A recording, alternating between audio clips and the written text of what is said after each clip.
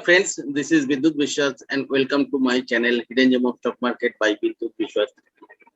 Friends, इस week में एक लंबा वीकेंड मिला। जैसे दूसरा वीक में क्या होता है, मेरे लंबा वीकेंड नहीं रहता है, सिर्फ संडे रहता है, तो एक ही संडे वीकेंड में एक दो वीडियो आप लोगों के लिए दे देता हूँ। तो इसमें लंबा वीकेंड मिला तो मैं सोचा 3 दिन में 3 वीडियो दे दूँ आप लोगों को। तो आज एक ऑलरेडी मैंने रिकॉर्ड कर दिया, जिससे आप लोगों को बोला था आईपीओ का जो है, मतलब आईपीओ में कैसे पैसा कमा सकते हो आईपीओ वाला स्टॉक में, उसका एक नया ट्रेडिंग मेथड आप लोगों को दिया है। मेरा खुद का एक्सपीरियंस से मैं जैसे ट्रेडिंग करता हूँ उसकी सबसे आप लोगों को मैं बहुत दिन से देख रहा हूँ, वही टेक्निक दिया। आज एक स्टॉक मेरे को बहुत अच्छा लग रहा है। Mid cap to large cap stock है, तो टॉप 200 कंपनीज में आता है मार्केट कैप में। तो और ऑटो एंसिलरी में है। आपको पता है ऑटो इंडेक्स बहुत बुलिश है, अभी ऑटो इंडेक्स में अच्छा मूव दिख रहा है, तो ऑटो एंसिलरी में भी एक मूवमेंट आएगा। तो ऑटो एंसिलरी में one of the best company है इंडिया में, और इसका मैंने एनुअल रिपोर्ट पढ़ रहा था, तो बहुत सारे एनुअल रिपोर्ट पढ़ के ऐसा फील नहीं हुआ जो ये कंपनी का एनुअल रिपोर्ट पढ़ के आया। मैनेजमेंट क्या एग्रेसिव है, क्या विजनरी मैनेजमेंट है, बहुत ज्यादा एक्सपेंशन में है, मतलब एग्रेसिवली एक्सपेंशन कर रहे हैं। कोई पार्ट्स में तो 90% का कैपेसिटी बढ़ा रहा है। तो ऐसा एक कंपनी है और जिसका डेट भी उतना ज्यादा नहीं है, और एक खराब टाइम पे भी, जैसे ऑटो एंसिलरी 2019 में एक डिग्रोथ था, ऑल वर्ल्ड वाइड डिग्रोथ था। जैसे फर्स्ट इस डिकेड में, उस डिकेड में फर्स्ट टाइम जो होल वर्ल्ड वाइड ऑटो का सेल्स 5% गिर गया था। एक ऑटो एंसिलरी में एक, तो ऑटो इंडस्ट्री में एक डिग्रोथ था 2019 में। तो उसके हिसाब से सारे ऑटो में अगर डिग्रोथ होगा तो ऑटो एंसिलरी जो बिजनेस होता है उसमें भी ऑब्वियसली डिग्रोथ होगा। और उसके बाद 2020 एक अनप्रेडिक्टेबल क्राइसिस था, तो सारे ऑटो एंसिलरी कंपनी में, ऑटो कंपनी में भी डिग्रोथ देखा था। और उसके साथ साथ ऑब्वियसली उसका जो पार्ट्स मेकिंग कंपनीज होता है, ओईएम जो मेकिंग कंपनीज होता है, उसमें भी एक डिग्रोथ तो आएगा। ये कंपनी, चलो बाद में मैं नाम लेता हूँ। मेरे को तो बहुत अच्छा लगा मैनेजमेंट का जो विजनरी है, मैनेजमेंट का जो एग्रेसिवनेस है, जैसे इंडिया और होल वर्ल्ड वाइड है इसका, मतलब चल मार्केट शेयरिंग है। तो मेरे को तो अमेजिंग लगा कंपनी। तो ऑब्वियसली मैं कोई सेबी रजिस्टर्ड एनालिस्ट नहीं हूँ, तो आप लोगों को कोई रिकमेंडेशन या तो कुछ दे सकता हूँ। और इसका जो है ऑब्वियसली आप लोगों को पता है, चार्ट मतलब कंपनी का बिजनेस कितने भी अच्छे लगे, चार्ट जब तक अच्छा नहीं लगेगा तब तक मैंने उसमें एंट्री नहीं लेता हूँ। तो अभी चार्ट भी अच्छा लग रहा है। और दूसरा, चलो अभी चालू करने के बाद पहले एक चीज आप लोगों को बता देता हूँ, मैं कोई सेबी रजिस्टर्ड एनालिस्ट नहीं हूँ, तो मैं आप लोगों को कोई रिकमेंडेशन तो दे नहीं सकता हूँ। ये पूरा टोटली लर्निंग पर्पस के लिए मैं कुछ स्टडी किया, वो स्टडी आप लोगों के साथ मैं शेयर कर रहा हूँ। और दूसरी बात है, आप लोग मेरे को फॉलो करना चाहते हो तो मेरा नीचे डिस्क्रिप्शन बॉक्स में मेरा टेलीग्राम ग्रुप का लिंक दिया हुआ है, आप लोग उसमें ज्वाइन कर सकते हो। उसमें बहुत सारे लाइव मार्केट में अपडेट सब कुछ रहता है, तो आप लोग मेरे को उसमें फॉलो कर सकते हो। और चलो अभी ज्यादा बात नहीं करके चालू कर देते। इसका पहले तो मैं चार्ट में जाऊंगा, क्योंकि चार्ट एनालिसिस जो होता है मेरे लिए मेन चीज होता है। ये कंपनी का नाम क्या है, ये जो है देखो, ये चार्ट में क्या है, 2018 से लेके 2018 से मैं बोला 2018 का एंड से ऑटो एंसिलरी सेक्टर में, ऑटो सेक्टर में डिग्रोथ आया था, और ऑब्वियसली ये फॉलो अप इसमें था। तो चलो इस कंपनी इसमें देखो, एक 2018 से इसका एक डाउन ट्रेंड था, तो मैंने देख लेता हूँ इस जगह पे। अगर जो हाईएस्ट पॉइंट था, देखो इस जगह से एक करेक्शन हुआ, तो मतलब इन्वेस्टर जो है उतना ज्यादा कॉन्विंस नहीं था कंपनी का ग्रोथ स्टोरी के ऊपर, इतना इसके ऊपर पैसा देने के लिए तैयार नहीं था स्टॉक का, इसके ऊपर पैसा। लेकिन अभी देखो, जो 3 साल का जो रेजिस्टेंस था, 3 साल तक जिसके नीचे वो ट्रेडिंग किया,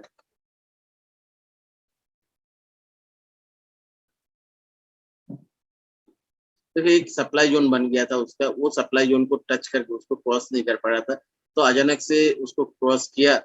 तो अभी देखो क्रॉस करके मेरे को ब्रेकआउट मेन चीज नहीं है, ब्रेकआउट हुआ मतलब कोई तो इस पे ये प्राइस के ऊपर कॉन्विंस है, लेकिन वो कॉन्विक्शन कितना स्ट्रांग है वो कैसे पता चल रहा है, वो ब्रेकआउट सस्टेन कर रही है या नहीं।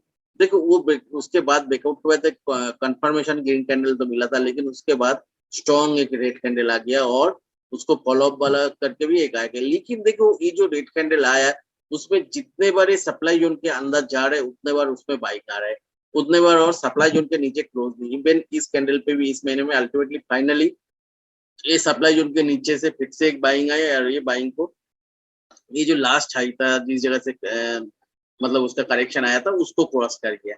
तो मतलब मेरे को सेकेंड ब्रेकआउट मिल गया जिस जगह के ऊपर ये जो जो इन्वेस्टर का बाइंग से ये इस लेवल तक आया था, वो लोग भी इतना कॉन्फिडेंस नहीं था इस लेवल पे जे मतलब इसके ऊपर जा सकते हैं, लेकिन वो लोग होल्ड करके बैठा था।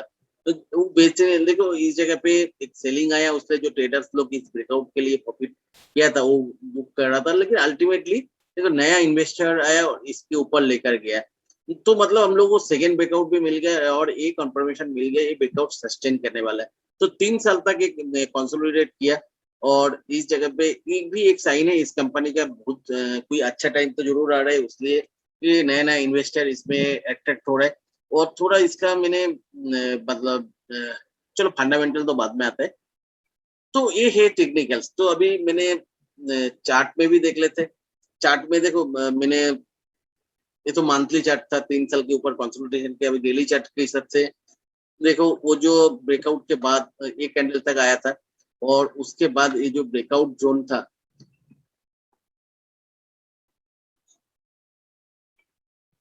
इसको भी बहुत अच्छा वॉल्यूम के साथ ब्रेक किया। ब्रेक करके उसको रिटेस्ट कर रहे हैं, मेरे को तो अच्छा लग रहा है। लेकिन इस जगह पे आप लोगों को कोई भी कंपनी में एकदम इतना कंफर्म नहीं होना चाहिए, तो ऑब्वियसली आप लोगों को एंट्री करने के पहले जानना चाहिए कहाँ पे रिस्क है। देखो इस जगह पे इसका सप्लाई जोन थोड़ा बड़ा है। इस जगह से आप देखोगे सिर्फ ये इसका क्लोजिंग इसके ऊपर है, लेकिन देखो बार बार इस सप्लाई जोन के ऊपर क्लोज नहीं दे पा रहे। अल्टीमेटली इसके नीचे आगे फिर से जाने गया, तो इस जगह पे इस जगह से बैक कर गया। तो अल्टीमेटली जब इसको क्रॉस किया वॉल्यूम के साथ, तो मतलब ये सप्लाई जोन के अंदर आ गया। सेकेंड कैंडल में ये सप्लाई जोन को ब्रेक कर गया, तो इतना बड़ा एक पैराबोलिक मूव दिया, तो उसके बाद एक कंसोलिडेशन मूव दिया। तो मेरे को लगता है इधर एक दो कैंडल तक कंसोलिडेशन करेगा और उसके बाद एक क्योंकि देखो मैं हमेशा बोला ये अगर ब्रेक करने के पहले इस जगह पे थोड़ा कंसोलिडेशन करता था तो इस जगह पे ऐसा निकलता, लेकिन इस जगह से पैराबोलिक मूव हुआ। तो मेरे हिसाब से इस जगह पे 2-3 कैंडल ऐसा कैंसिल करके ऐसा निकलेगा ये। तो इधर चार्ट बहुत ही अच्छा है। ये जो ब्रेकआउट वो दिया था लॉन्गर टाइम फ्रेम में वो सस्टेन कर रहा है। तो इसमें देखो किसी किसके हिसाब से तो मैं इस जगह पे पूरा ब्रेकआउट मिला, तो इस जगह पे 50% लूंगा, और ये जो हाई है इसको क्रॉस करने से 50% लूंगा मैंने। तो इसमें मेरा स्टॉप लॉस कहाँ पे रखूंगा, ये जो सप्लाई जोन है, देखो सप्लाई जोन को क्रॉस नहीं कर पा रहा था, तो सप्लाई जोन का 2-3% नीचे लगभग 1700 का एक राउंड नंबर हो जाएगा। तो 1700 1699 या तो और भी 10 रुपया नीचे रखते तो 1690 के आसपास मैं स्टॉप लॉस इसमें रखूंगा। तो मेरा लगभग तो उतना ज्यादा मेरे को मतलब क्या कहते हैं इसमें रिस्क तो उतना ज्यादा लग नहीं रहा, 10% से नीचे 8% के आसपास रिस्क से। तो मैंने इसमें तो एंट्री करूंगा। चलो थोड़ा बहुत फंडामेंटल फटाफट देख लेते हैं कंपनी क्या करते हैं नहीं करते हैं। देखो इंड्योरेंस टेक्नोलॉजी मैंने अगर ऑटो एंसिलरी में देखूंगा इसका जब कंपेरेटिव मैंने व्यू देख रहा था, जो और भी ऑटो इंश्योरेंस कंपनी है, बॉस है, मारासन सुमी है, ये मिंडा इंडस्ट्री से, सब इंडस्ट्री का बड़ा बड़ा नाम है तो सबको आप लोगों को सबको पता है। तो लेकिन एक साइड हमारा राजा मैं ले नहीं रहा हूँ क्योंकि मतलब आपको बैटरीज का है, तो वो आपको भी चलो ले लेते हैं। चलो इस जगह पे अगर कंपेरेटिव एनालिसिस करेंगे, देखो मारासन सुमी 35 का 36 का पी में, बॉस 40 का पी में, मिंडा इंडस्ट्रीज 65 का पी में ये ट्रेड कर रहा है। और आपको इंडिया आपका कितना में ट्रेड कर रहे हैं, 91 का पी में ट्रेड कर रहे हैं। लेकिन अगर कोई इंडस्ट्री देखो इसने ऑपरेटिंग प्रॉफिट मार्जिन किसी का 16 के ऊपर नहीं है, लेकिन इसका ये सबका देख लो आप, सिर्फ बैटरी दो मैंने बोला वो दोनों को नहीं लेंगे।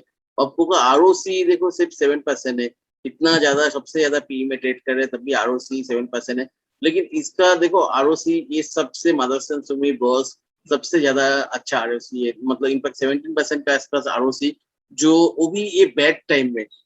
मैं अगर पुराना आरओसी देखेंगे, मैंने देख रहा था year after year ROC ROC कितना देखो इसने 2011 में 20, 2012 में 22, 20, 21, 14 में 15 में 22, 16 में 22, 17 में 21, 18 में 23 और 19 में जो इस टाइम पीक किया था तो उस टाइम था 25%। तो अभी देखो चैलेंजिंग टाइम में भी 2020 में 21% का आरओसी, अभी भी चैलेंजिंग टाइम चल रहा है। हाँ जो भी है अभी ऑटो इंडस्ट्री मतलब घूम रहा है, तो मैं ये इसलिए दिखाना चाहता हूँ हमेशा से इसका आरओसी 20 के ऊपर ही रहा।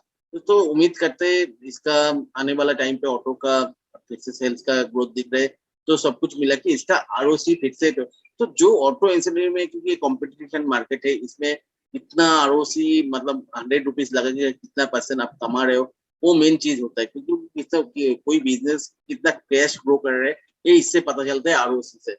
चलो अभी इस कंपनी मतलब क्या करता है नहीं करता है, मैंने एक छोटा सा प्रेजेंटेशन बनाया। तो ये कॉस्टली नहीं है पीआर कंपनी के कंपेयर में, लेकिन पीआर कंपनी से ये कंपेरेटिवली मतलब ऑपरेटिंग प्रॉफिट मार्जिन भी बहुत ज्यादा है, आरओसी भी बहुत ज्यादा है।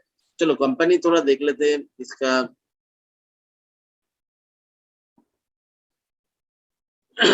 इंडस्ट्री टेक्नोलॉजी कौन सा मतलब बिजनेस में है, एल्यूमिनियम जो डाई कास्टिंग होता है, ये including alloy wheel, suspension, transmission and braking product में ये है। तो एल्यूमिनियम डाई कास्टिंग क्या होता है, आप लोग सबने देखा होगा बाइक में, बाइक का जो इंजन रहता है उसके ऊपर ऐसे एल्यूमिनियम का एक कास्टिंग का एक रहता है। इसको क्लच हाउसिंग या तो क्लच असेंबली जो होता है सबने देखा होगा जो लोग बाइक चलाया होगा। और एल्यूमिनियम एलॉय व्हील्स जो है ये भी देखा होगा आप लोग। तो ये सब जो प्रोडक्ट है, जो ब्रेक डिस्क ब्रेक का जो देखना है ऐसा आता है एल्यूमिनियम का, उसके ऊपर टाइस से काटा हुआ रहता है, ये सब होता है एल्यूमिनियम डाई कास्टिंग का प्रोडक्ट्स। तो ये जो प्रोडक्ट्स होता है इसमें इसका इंडिया में सबसे ज्यादा मार्केट शेयर है और सबसे बड़ा कंपनी है। तो प्रीवियसली ये कंपनी जो है इनका जो एक मिनट है, कंपनी का हिस्ट्री जो इनका जो एमडी है अनुराग जैन, ये क्या जो बजाज राहुल बजाज है, बजाज बजाज ग्रुप का चेयरमैन, तो उनका नेफ्यू है। तो उन बजाज ग्रुप के लिए इन्होंने डाई कास्टिंग जो है ये चालू किया था 1985 में। तो 2004 तक सोलली बजाज इसका सोल क्लाइंट था बजाज ग्रुप। इनका मतलब जितना प्रोडक्शन होता था बजाज ग्रुप का जितना रिक्वायरमेंट था उतना ही प्रोडक्शन होता था। तो 2004 तक उतना एग्रेसिव नहीं था, सिंगल से बजाज ग्रुप के लिए बनाता था, क्योंकि घर का कंपनी था बजाज ग्रुप का भी, क्योंकि उनका नेफ्यू का कंपनी है। तो लेकिन एक कंपनी जो है अलग अलग सेगमेंट में देखना चालू किया, जो दूसरा बजाज छोड़ के दूसरा कस्टमर को भी टारगेट करना चालू किया 2004 में। तो 2004 से ये लोग क्या किया, मतलब दो रास्ता होते हैं, या तो खुद मतलब एक्सपेंड करो और नया नया टेक्नोलॉजी लेकर आओ आर एन डी करके, दूसरा और एक होता है ये दूसरे को एक्विजिशन करो। तो इसने 2004 से लेके अभी तक 7 कंपनी को एक्विजिशन किया। रिसेंटली 2020 में भी इताली का 2 कंपनी को एक्विजिशन किया। एक है शायद जो सस्पेंशन होता है, जो देखो सस्पेंशन की जो स्प्रिंग जैसे शॉक एब्जॉर्बर और सस्पेंशन जो होता है, इसमें उसका मास्टर है कार का सस्पेंशन में। और एक दूसरा है दूसरा कंपनी जो एबीएस में जिसका मास्टर ही है। तो कार का या तो बाइक का जो एबीएस है उसका ऊपर एंटी लॉकिंग ब्रेक सिस्टम जिसको कहते हैं उसमें मास्टर है। तो ये इताली का 2 कंपनी को इस साल भी एक्विजिशन किया। तो मतलब इतना खराब टाइम है, जो दूसरे कंपनी जिधर सस्टेन करने के लिए सोच रहे हैं, ये इस साल में भी एक्विजिशन किया। और दूसरा जो चीज है, देखो इस साल में मैंने जो देखा इसका जो फ्यूचर प्लानिंग, देखो इस साल में इनका अगर आप देखोगे एक्सपेंशन प्लान जो है, new plant at Bhallam near Chennai supplying in machine aluminium casting for our customer started operation in February 2021। तो इतना खराब टाइम पे भी नया एक प्लान भल्लम में ये फरवरी 2021 में इसने चालू किया। तो दूसरा देखो और एक जो है, ये 2 नंबर सिर्फ कोई लास्ट नहीं है। तो facilities to cater increase two wheeler disc braking solution, disc जीवन setup combined braking system CBS जो है, braking plant and Pathangarh for 5,40,000 number per annum in April 2021। तो इधर फरवरी में एक भल्लम में हुआ और एक दूसरा है पाठनगढ़ में हुआ अप्रैल 2021 में। और एक 5,040 नंबर पर आवर सीबीएस जो कंबाइंड ब्रेकिंग सिस्टम होता है उसका प्लांट जो एनुअली मतलब 5,040 लाख पीसेस का प्रोडक्शन होगा। उसके बाद वालुच में न्यू प्लांट एक सेटअप हुआ 10 एकड़ लैंड में, उसके बाद इंक्रीज कंपनीज डिस्क ब्रेकिंग, जो वॉल्यूज में प्लान हुआ उसमें क्या होगा, वो सेटअप के बाद डिस्क ब्रेकिंग, जो कंपनीज डिस्क ब्रेकिंग कैपेसिटी है वो 90% मतलब वो ज्यादा हो जाएगा, मोर देन 90%। देन मतलब इसका एग्जिस्टिंग कैपेसिटी क्या है, 285 piece lakh 285 lakh brakes assemblies है, वो 5,70,000 lakhs brake assembly per month में चला जाएगा। तो मतलब जो एग्जिस्टिंग कैपेसिटी है उससे 90% कैपेसिटी और भी बढ़ रहा है। तो और दूसरा ही expansion of companies disc manufacturing capacity from 3,75,000 lakhs number per month to वो 6,75,000 लैक्स नंबर पर मंथ में जा रहा है। तो ये कहाँ से कब चालू होगा, ये दोनों अगस्त 2021 में मतलब ऑलरेडी चालू हो चुका है। उसके बाद new cylinder head low pressure die casting plant being established in at Pathangarh for 7,20,000 pieces per annum production expected from the FY। तो मतलब इस साल का एज में Q3 में, तो मतलब दिसंबर का आसपास से चालू होगा। Expansion of two wheeler alloy wheels and check-on on adjacent land and service of existing customer, ये भी F3 2021-22 में हो रहा है, तो मतलब दिसंबर में। तो और एबीएस जो मैन्युफैक्चरिंग प्लांट है वो भी अक्टूबर 2021। तो आपने देखा जो जस्ट ये कंपनी जो है एक क्राइसिस टाइम से, मतलब होल वर्ल्ड वाइड एक क्राइसिस था, उसके बाद भी इतना एग्रेसिवली, तो आप लोग समझ सकते हो ये सब एक्सपेंशन जो है सब इस ईयर में कंप्लीट हो रहा है। तो ये सब इस ईयर में कंप्लीट, तो नेक्स्ट ईयर से इसका सेल्स कहाँ पे जा सकते हैं। और मैं देख रहा था इन लोगों का जो एनुअल रिपोर्ट, उसमें भी इंडिया में ही ऑलरेडी 6,300 मिलियन का मतलब 6,300 मिलियन का ऑलरेडी मतलब न्यू ऑर्डर्स बुकिंग है। और बाहर में भी 110 जीबी यूरो का 110 मिलियन यूरो का ऑर्डर, न्यू ऑर्डर्स, ये सब मतलब ओल्ड ऑर्डर्स नहीं है, ये सब न्यू ऑर्डर्स बुकिंग है। आप लोग एनुअल रिपोर्ट में जाके देख सकते हो, उसमें आप लोगों को मिल जाएगा। तो कंपनी का इतना एग्रेसिव मतलब एक्सपेंशन प्लान जिसका, और वो ऑलरेडी ऐसा नहीं है नेक्स्ट 4-5 साल का, इस साल का ये एक्सपेंशन प्लान है। तो और तो उस कंपनी का तो कुछ बोल ही नहीं सकते। और दूसरा है इसका सिर्फ इंडिया में बिजनेस नहीं है, इंडिया में 71% बिजनेस है और एक्सपोर्ट में 29% बिजनेस है, जो मेनली यूरोप में है। और यूरोप में भी इसने मतलब नया 2 एक्विजिशन के इटली में, इसका यूरोप में मतलब इंडिया में टोटल जो प्लांट्स है, नंबर ऑफ प्लांट्स, इसका टोटल 27 प्लांट्स है, जिसमें 18 इंडिया में है और 9 इन यूरोप में है। तो आप लोग ये जो 9 यूरोप में प्लांट है उसमें 3 जर्मनी में है और बाकी 6 है इटली में। तो ये आपको मतलब जो ऑटो एंसिलरी में ऑलमोस्ट, और ये सब क्या होता है, जो एल्यूमिनियम डाई कास्टिंग का जो प्रोडक्ट्स होता है, ब्रेक्स का ये प्रोडक्ट में, मतलब ब्रेक्स तो छोड़ो, वो तो अलग बात होता है। जो एल्यूमिनियम डाई कास्टिंग जनरली होता है ना, ये क्या होता है, ओईएम्स होता है। तो ओईएम्स क्या है, ओरिजिनल इक्विपमेंट्स जो होता है। जैसे कोई कंपनी जब नया प्रोडक्ट, ऑटो कंपनी जैसे होंडा या तो बजाज जब नया कोई प्रोडक्ट मार्केट में लॉन्च करते हैं, तो उसके लिए सबके ओईएम बनाते हैं जो उस मॉडल के लिए एक्सक्लूसिव होता है। और एक बार कोई कंपनी के साथ वो बन जाता है, वो मॉडल जब तक चलेगा वही उसका सोल सप्लाई रहेगा, क्योंकि तो उसके साथ ही वो कॉन्ट्रैक्ट रहता है, क्योंकि वो R&D करके वही करके वो सब को बना के दिया। तो इसमें क्या होता है, एक शिफ्टिंग कॉस्ट रहता है। तो एक बार इसके साथ मतलब ये बन गया तो वो मॉडल जब तक चलेगा इससे ही लेना पड़ता है। तो ओरिजिनल इक्विपमेंट मैन्युफैक्चरिंग का यही फायदा है। और दूसरा जो है इसका देखो, और इसका जो मैं देख रहा था एक नया R&D सेंटर, जो R&D इसमें, और वो बाकी ऑटो एंसिलरी कंपनी से इसका R&D में ये बहुत ज्यादा खर्चा करता है। ये जैसे लास्ट ईयर भी इसने R&D का कॉस्ट किया 23.6 लाख करोड़। इसका 4 DISR अप्रूव R&D फैसिलिटीज है। तो और इसके पास जो एंड्योरेंस है रिसीव्ड 11 पेटेंट इसके पास और 7 डिजाइन इन रजिस्ट्रेशन, और इसके बाद 65 ऑलरेडी पेटेंट एप्लीकेशन इसका पेंडिंग है।